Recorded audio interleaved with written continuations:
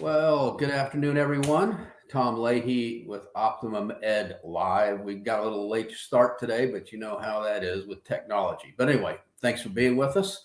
Want to, take a moment just to point out the fact that, at Optimum Ed, direction for young people is very important for us. Trying to figure out where to head in life, finding the right future. And so one of the things we like to do is to talk with professionals about the work they do. And so, our students can access those interviews, those discussions to help make better decisions about, that first step into life. And so we're very fortunate today to have KK with us. And KK is a makeup artist. Her company is Whole Life Beauty. I'm very interested in finding out where that came from. But first of all, I want to apologize that she didn't have an opportunity to work on me before the broadcast. But anyway, we'll get past that. So anyway, KK, thanks for being here. And first, I'd like to ask, I'm just curious about how you got to be a makeup artist. It's not one of those normal, professions that most people end up in. So I'm really curious on what that journey looks like. Okay. Well, normal. A lot of women, that is normal, and even many men too. It's all we dreamed about. I know there are several girls when I was growing up, and we got the Barbie head. The life-size Barbie head. I don't know if you saw that back in the day, but that was a big thing. And we could roll the hair, we could put makeup on it. It came with little like plasticky makeup things you could do. And my mom was into makeup, and so I would take her makeup and put it all over the face. And I was thrilled. And long past when many of my friends were no longer doing that, I was. I was still, I was like 15 and 16 and just not telling people and going, just practicing on Barbie's big head. So it's not really what my mom wanted me to do. She, because we're talking, I'm up there in age. So we're talking about a time, this is the late 70s, when women going to college was a really big push, because prior to then, the generations, there was not a whole lot of women being encouraged to go into the marketplace, to become professionals, to be educated, to go on to whatever they would do before they would marry and have children, right? So, and that was basically the expectation. So my mom's just like, look, I wasn't allowed to go to college. She wasn't. And so she said, you're going to go to college. And I remember bringing the application to a professional beauty school to my parents, and they scoffed at it. And looking back, I don't blame them. They said, no, you've got a brain for this and that and the other. I did have an academic scholarship to Tulane University. Oh, okay. Yeah, I was also like a biology geek. So my mom's like, you're going to go into pre-med, you're going to do this and that. And it really, and I was really interested, but gosh, when it came to organic chemistry and I needed a tuner, and then I just didn't have the drive to make it work. And I think it was organic chemistry that killed my medical career too. Yes. Yeah, was it? Yeah, and of course you have to put work into anything you really, really want to do, but that told me I really didn't want to do that. So I walked away. I should have just finished my college education and majored in something, but I didn't. So that was unfortunate. So if you get on an educational track, I would say it's always better to finish, especially if there's a scholarship involved. Sure. And so then I went up through retail. I was 22 at this point. And so like many people who get into makeup, I started working in a department store. Yeah. So that's where I got the start. Okay. Okay. Sure. And then what? All right. So did you have any formal training, or were you self-taught, or how did you? So I did not go into formal training. Now, the cool thing about the department stores is when you align yourself with a counter, let's say Chanel or Laura Mercier, these are some of the big brands, you have to go to school twice a year. And you Okay. literally are in class for 8 hours a day. And usually 4 hours of it is biology and skincare and technology that's going into the products. And then the other half is usually marketing, positioning, and actual practical application of how the company wants you to do that. Mm-hmm. And then there were always, anyone who's familiar with shopping with department store makeup, there were always these national makeup artists that would come in from Dallas, New York, San Francisco, and plan these big events at the department store. And I learned a lot from them. I mean, anybody I could learn something from, I was just grabbing, watching technique, listening a whole Right. lot. Yeah. So there was training, there is education. It was just served up differently, Yeah. right? Yeah. Yeah. So, I mean, so is there, I mean, when we look at the makeup artist industry, I guess I can call it that. Yeah. It's an Yeah. industry. It So really is. today is, I'm sure it's probably changed. And and obviously, is there, what do you have an idea of? We something that we always think of, especially as older folks, and then your comments about being older and how things were. We always thinking about women being makeup artists, but how I'm sure there's quite a few men who are makeup Yeah. artists too, right? Yes. Yes. Yeah. And Yeah. so is there formal? I mean, if someone was wanting to become a makeup artist and they wanted to do formal training, what is that? Is there, I guess, is it beauty school? Is that the right term? Is it sort of like a trade school that you go to? Yeah, there, believe there's one here in Richmond called Empire, Okay. and it is a broad-based Mhm. curriculum. I have not been, but I work with several colleagues who've graduated. Mhm. It's a trade school, like going to a culinary school. Mhm. It's basically end up with, I think it's the equivalent of associate's degree. You have to take so many hours of biology. You have to take so many hours. You actually have to do some chemistry because you're dealing with formulations. Right. You're learning how to do hair Mhm. and makeup and skincare. A lot of people are learning because they want to become estheticians and only focus on skincare. Some people only want to focus on hair. But then there's, I want to say it's over 1,000 hours of training someone has to do in an internship before they actually get their degree. Wow. Very good. Yeah. So it does take some work, some effort, and I guess there's some financial commitment there as well to take that course. Absolutely. And if I'm not mistaken, a lot of these schools are also accredited, so the financial aid would be accessible. Exactly. Yeah. Financial aid is definitely Mhm. accessible. And the thing about being educated, because a lot of people say, "Oh, I can just watch YouTube and I could do makeup all day long, and I can do makeup on other people, and my best girlfriend's getting married and they asked me to do it and I made some money." That's all well and good. If you want to make a career, you really need some business courses. Mhm. I can't tell you how important it is because I am running a business. And if I want people to take me seriously as a business, I have to run and manage everything I do for Whole Life Beauty accordingly. Right. I have to keep up with my books. I have to pay my taxes. I have to be licensed. I have to have business insurance. I have to have liability. Right. I have to have theft insurance. It's very important. And people, like these venues where some of these big weddings take place, they demand a business license. They Mhm. demand business insurance, rightfully so. So there is a place for that.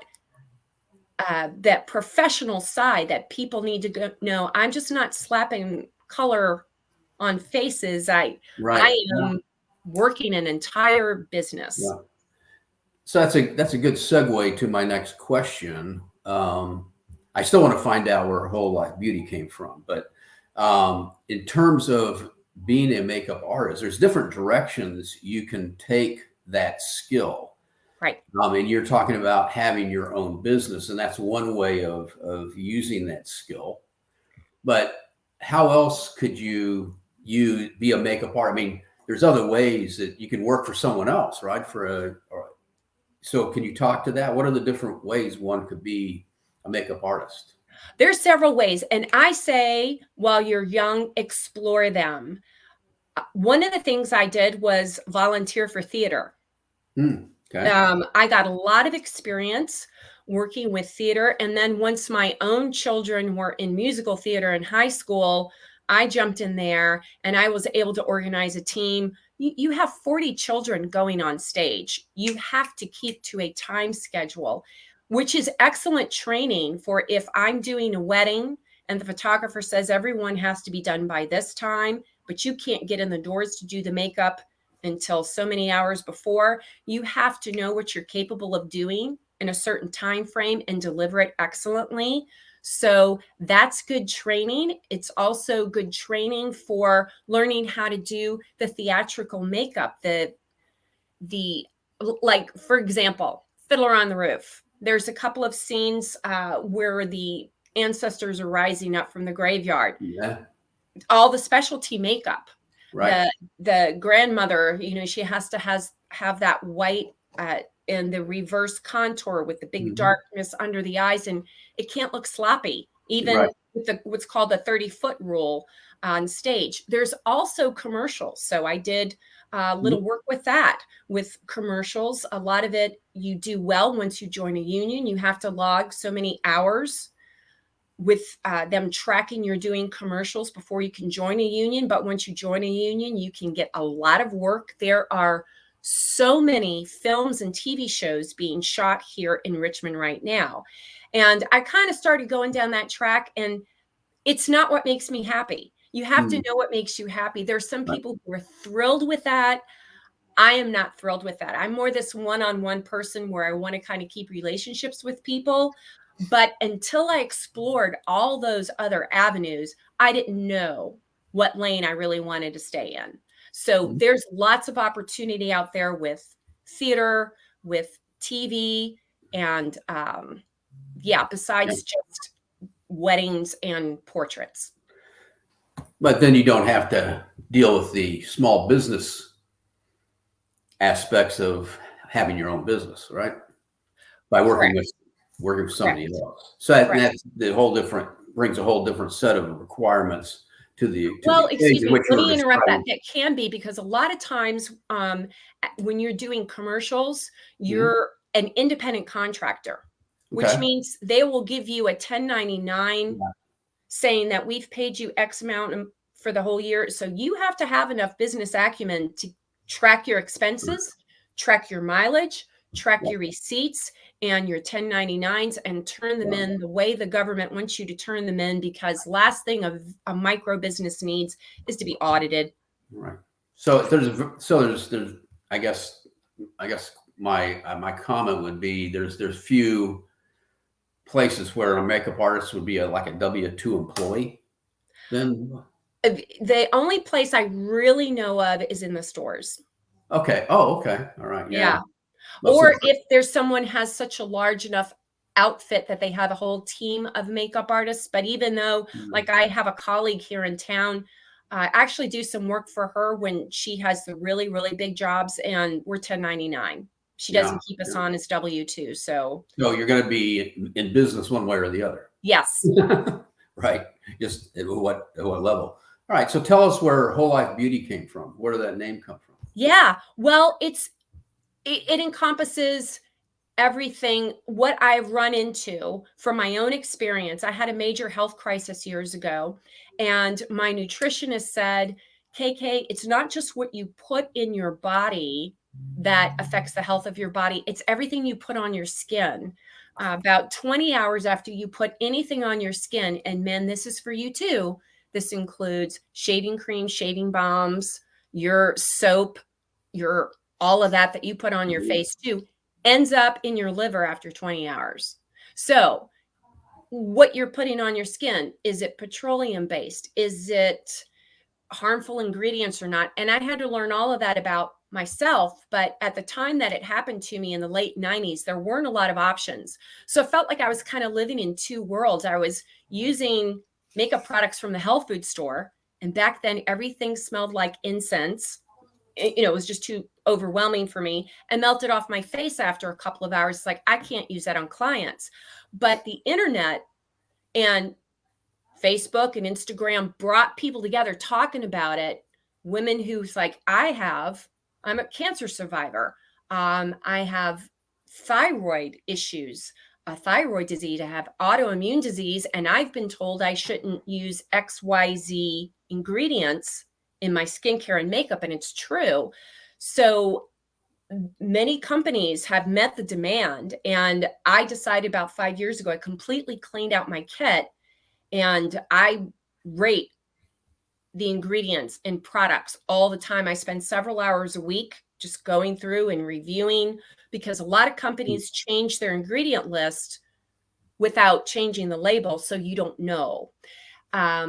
So I said, this is beauty for your whole life.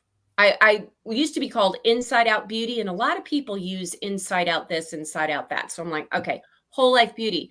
You put it on, and whether people ask for it or not, they're getting clean, non-toxic beauty from me, because you can't tell the difference. You shouldn't be able to when it's 98 degrees outside, 90% humidity, and you're getting married. You want your makeup to hold. Yeah, I hate it when my eyeliner runs. Don't you though? So I make that work without using toxic products. I mean, even my eyelash glue, I found one that's formaldehyde free and latex free. I mean, I do my research, and then a lot of people say, well, tell me about your journey for my major health crisis. And I can help people find cleaner products from around their home, the shampoos, body washes, what they clean their brushes, their makeup brushes with. Different things like that. So I go into people's homes and do consultations, and it's affects their whole life. And that's hence whole life beauty. Great. Wonderful. So if you're talking to a young person who's considering makeup as a potential career, what would be the best advice that you would give them? I would say seek out the education, because in the next, I hear that in the next couple of years, in order to be licensed, the Commonwealth of Virginia is going to demand that you have a makeup license, not just a business license, but a makeup license. Like if you want to be a doctor, you have to have your medical license, right? If you want to be an esthetician, you have to have an esthetician's license. If you want to be a professional makeup artist, you're going to need a license saying that you have been educated and you've been trained, and you're not going to harm people with what you're doing or leave them high and dry looking in a way that they don't want to look. So seek out a professional beauty school and pay attention to those business classes. They do teach some business in that as well. But if you feel like you really want to go in certain directions, start volunteering. Find someone who's doing what you're doing and say, can I be your shadow? Can I just follow you around and see what a day is like, or working an event is like? Professional photo shoots, professional video shoot, hair and makeup. I do a lot of that.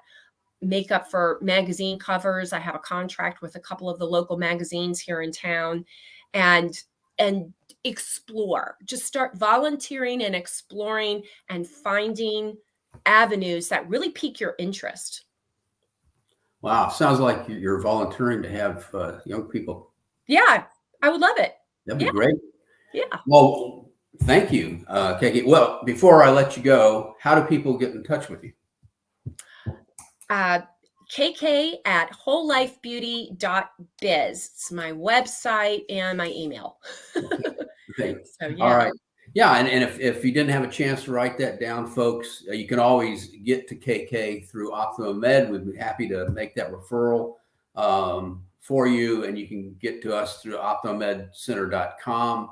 Contact form there, or call us at the office, 804-417-4807. With that, I'm going to let you all get back to your day. KK, again, thanks very much for for being here with us. It was great. I enjoyed it so much.